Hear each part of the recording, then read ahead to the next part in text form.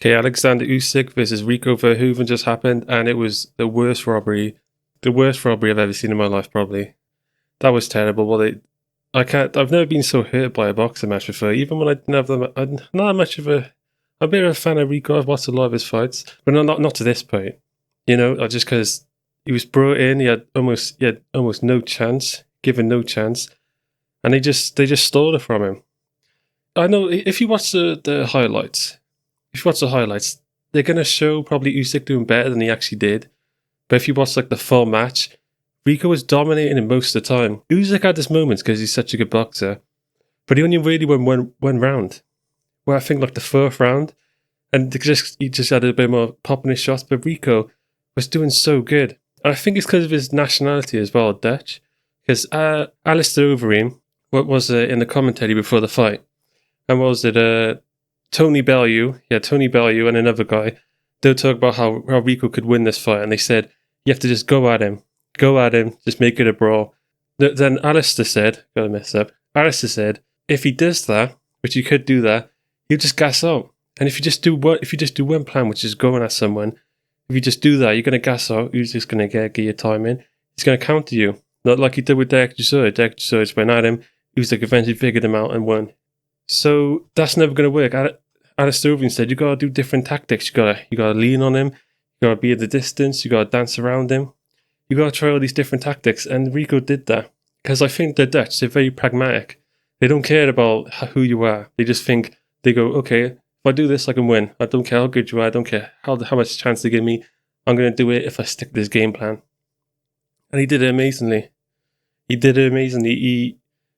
Usyk, anytime Usyk started to get his rhythm on a little bit, he couldn't land his jab to get his rhythm going, but anytime he started, getting some good shots in, Rico just charged at him, grabbed him, started putting like loads of fast sands on him. It was a perfect performance until the 11th round where Usyk did drop him, and Usyk finally landed that big punch, and he's a big puncher, even though he's like a littler guy.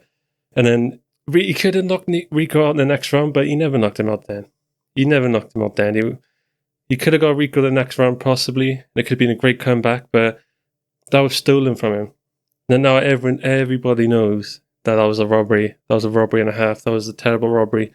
And even if he did win, even if Rico did go to like the last 12 rounds and survived, which he would have won, even with a knockdown, in my opinion. And the commentary as well was saying that he said he went most of the rounds. They're saying that too. The scoring cards had as a draw. The scorecards had as a draw halfway through the fight. They said it was 75-75. It was open scoring. They said it was a draw, even though Rico had won almost every round, except one or two at most. So even if it did go to scorecards, they would have made it a draw or a win for Usyk by 1 point. So he had no chance to win. And that's really the dirty thing about boxing. He had no chance to win. It's very sad. Because even though he came in with all this pressure, he'd only had one boxing fight. We've seen MMA guys go into boxing, they don't do good, they lose against Jake Paul. But now we have a kickboxer coming in and he didn't have much fame. Then he proved the real one, but it was stacked against him. It's a horrible thing, and he probably won't even get a rematch. He's just going to move on to Daniel Dubois. And one thing I don't want to hear people say about how Usyk looked old.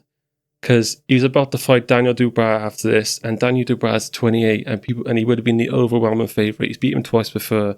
If he fought Fury again, he would have been the favourite.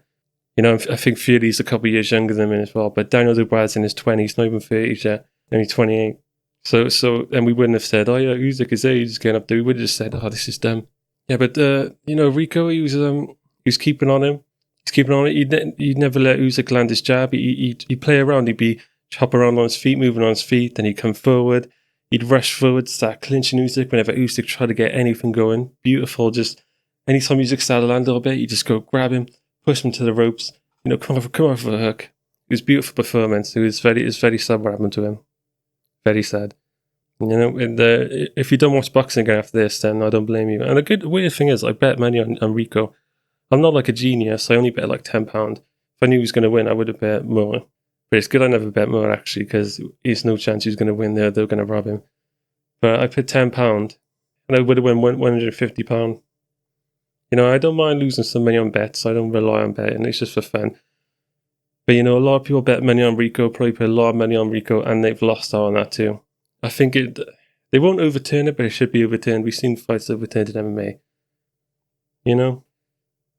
It's hard to analyze a fight without getting furious. I don't know if I'm watching boxing again after this. Maybe just the highlights. They killed boxing for me.